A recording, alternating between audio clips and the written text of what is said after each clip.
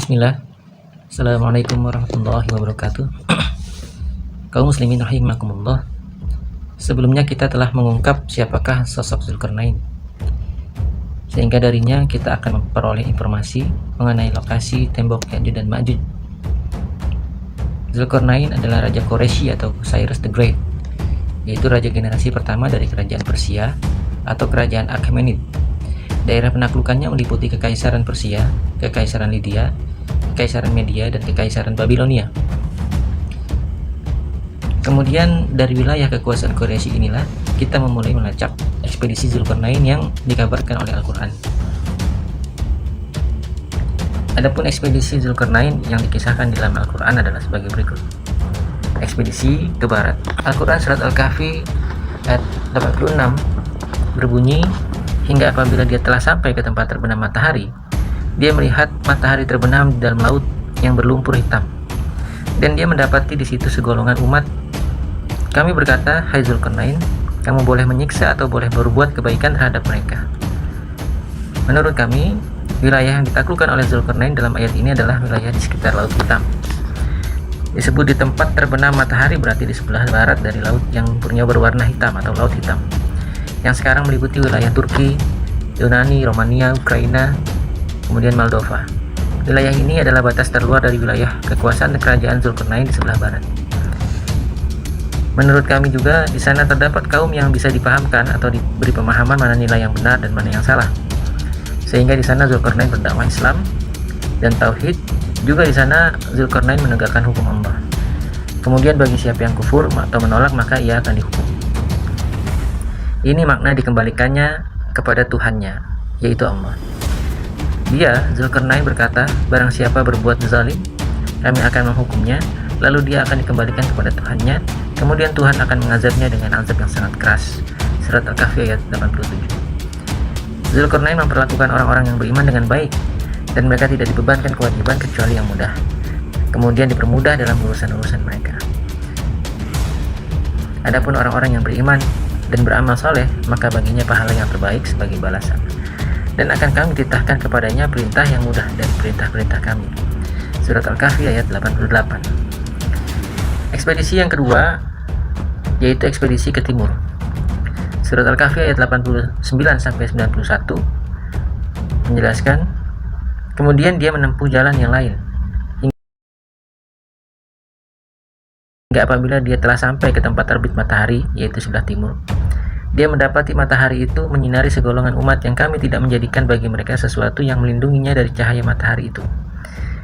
Demikianlah, dan sesungguhnya ilmu kami meliputi segala apa yang ada padanya. Nah, menurut kami, dalam ayat ini Zulkarnain sampai ke sebuah tempat yang dikenal sekarang dengan nama Stepa, yaitu sebuah padang rumput yang luas dan landai tanpa ada pepohonan. Stepa yang dimaksud kemungkinan besar adalah Stepa Eurasia yang terbentang dari Rumania, Ukraina, Rusia, Kazakhstan, Xinjiang, Mongolia sampai ke Manchuria. Kami menyimpulkan bahwa Zulkarnain sampai ke Stepa bagian timur, yaitu Mongolia, Manchuria, di mana Stepa tersebut menjadi tempat tinggal suku-suku nomadik atau suku-suku yang hidupnya berpindah-pindah dari dan saling berperang satu sama lainnya untuk menguasai wilayah yang baru. Cuaca di Stepa yaitu kering dan panas pada siang hari, kemudian sangat dingin pada malam hari. Panas matahari di Stepa tersebut membakar rumput dan pepohonan, tetapi rumput masih dapat tumbuh, namun tidak dengan pepohonan. Oleh karena itulah tidak ada pepohonan di sana. Ekspedisi yang ketiga yaitu ekspedisi ke utara dari kerajaan Zulkarnain. Surat Al-Kahfi ayat 92-94 menjelaskan, kemudian dia menempuh suatu jalan yang lain lagi, hingga ketika dia sampai di antara dua gunung, didapatinya di belakang kedua gunung itu suatu kaum yang hampir tidak memahami pembicaraan. Mereka berkata, wahai Zulkarnain, sungguh Ya'juj dan Ma'juj itu makhluk yang berbuat kerusakan di muka bumi. Maka bolehkah kami membayarmu imbalan agar engkau membuatkan dinding penghalang di antara kami dan mereka? Ayat 94. Interpretasi kami terhadap perjalanan kali ini adalah Zulkarnain menuju ke utara dari kerajaannya, bertemu dengan suku yang tempat tinggal mereka diapit oleh dua gunung yang sulit didaki. Inilah moyang suku bangsa Georgia dan Armenia, yang wilayah mereka diapit oleh gunung Elbrus yang sekarang masuk wilayah Rusia, dan Gunung Ararat di wilayah Turki. Bahasa bangsa Georgia adalah bahasa yang unik dan termasuk bahasa yang paling sulit dipelajari di dunia, karena bahasa ini terisolasi dari bahasa lainnya. Pada hari ini hanya ada 4 juta orang yang menguasai bahasa ini. Nah, inilah yang dimaksud oleh ayat Al-Quran tadi, bahwa kaum ini hampir tidak memahami pembicaraan. Kenapa begitu? Karena letak wilayah hidup kaum Georgia ini yang tinggal di antara 2 gunung sulit untuk didaki, kemudian yang menjadi penyebab terisolasi dari bangsa lain atau bahasa lainnya. Kemudian dari banyak penelitian diketahui bahwa gangguan Ya'juj dan Ma'juj pada bangsa Georgia ini berasal dari wilayah utara, dari celah sempit yang panjang yang diapit oleh deretan gunung-gunung batu pegunungan Kaukasus yang curam dan licin, yang di sana juga dialiri oleh sebuah sungai yang sekarang dikenal sebagai Sungai Terek. Nah, celah ini dinamakan celah Darial atau Darial George. Dari jalur celah inilah bangsa Ya'juj dan Ma'juj keluar mengganggu suku-suku lain yang berada di sisi selatan Gunung Kaukasus. Kemudian ketika Zulkarnain tiba di sana, bangsa Georgia dan Armenia kuno atau disebut dengan bangsa Iberia meminta bantuan kepada Zulkarnain untuk menutup jalan atau celah tersebut. Zulkarnain kemudian membuat tembok yang tingginya menyamai 2 gunung di sisi kanan dan kiri jalur Ya'juj dan Ma'juj tadi, menyerupai dam atau bendungan, karena tidak hanya sebagai pembatas wilayah tapi juga akan membendung aliran air dari Sungai Terek. Oleh karena itu, ketika bangsa Georgia meminta dibangunkan sadda, dalam Al-Quran disebutkan sadda atau dinding atau tembok, maka dijawab oleh Zulkarnain bahwa ia akan membuatkan rodema, dam, bendungan. Ini menunjukkan bahwa Zulkarnain memahami arsitektur. Nah, bentuk 2 gunung batu tersebut yang dibangun dam diantaranya, dalam Al-Quran surat Al-Kahfi digambarkan menyerupai sodafain, atau 2 cangkang kerang. Dia berkata, apa yang telah dianugerahkan Tuhan kepadaku lebih baik daripada timbalanmu. Maka bantulah aku dengan kekuatan agar aku dapat membuatkan dinding penghalang di antara kamu dan mereka. Berilah aku potongan-potongan besi, hingga ketika potongan besi itu telah terpasang sama rata dengan kedua puncak gunung itu, dia atau Zulkarnain berkata, tiuplah api itu. Ketika besi itu sudah menjadi merah seperti api, dia pun berkata, berilah aku tembaga yang mendidih, agar kutuangkan ke atasnya atau ke atas besi panas itu. Oleh para sejarawan dunia, bangsa Georgia kuno atau disebut dengan suku Iberia ini, diduga mereka adalah yang pertama kali menemukan cara peleburan logam, atau bisa dikatakan mereka ahli dalam hal metalurgi. Namun di luar dugaan, Zulkarnain memiliki kepandaian di atas mereka untuk membuat konstruksi yang belum mereka lihat sebelumnya.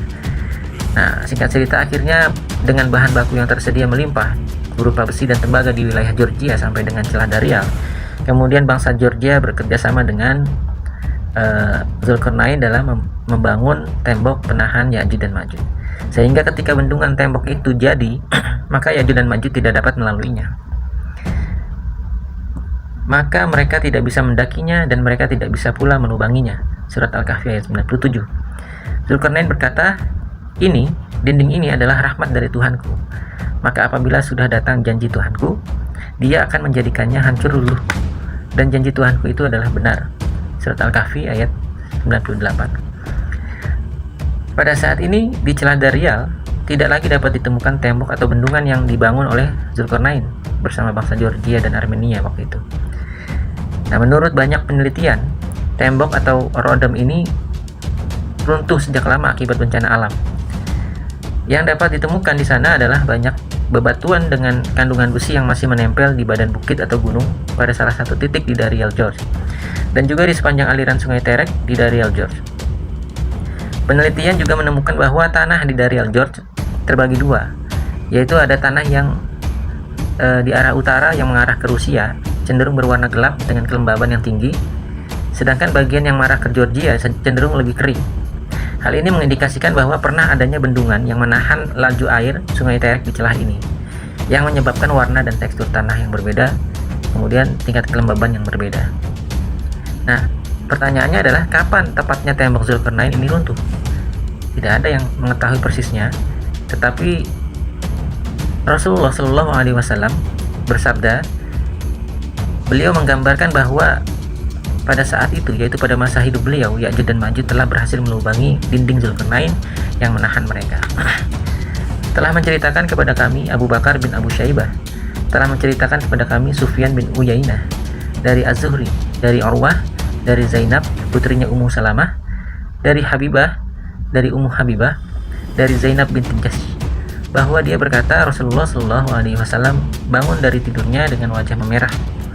Lalu beliau bersabda, La ilaha illallah, sungguh celaka bangsa Arab dari kehancuran yang akan segera tiba. Hari ini telah dibuka pintu keluar Ya'juj dan Ma'juj.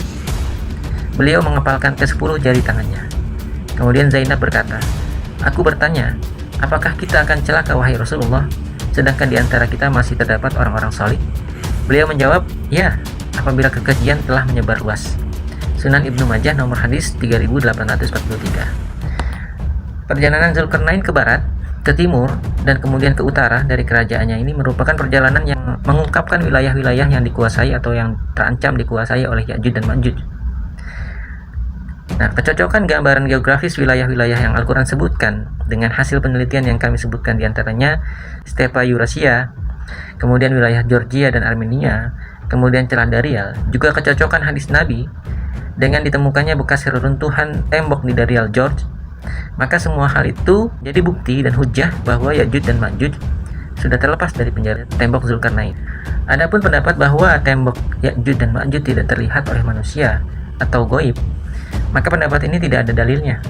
Artinya tembok Ya'juj dan Ma'juj menurut kami adalah nyata dan bisa terlihat.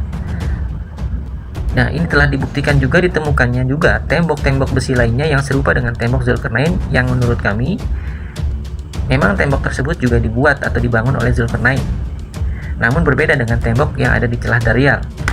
Tembok yang dimaksud masih berdiri kokoh. Tembok ini terdapat di daerah pegunungan Kaukasus juga, tetapi lebih ke arah timur dari Celah Darial, yaitu di wilayah Kirgistan saat ini. Nah, kami akan menyertakan link video ekspedisi yang menemukan tembok Zulkarnain di Kirgistan. Kami sertakan di deskripsi. Pertanyaan lagi adalah, kenapa tembok besi ada di wilayah lain selain di Darial George?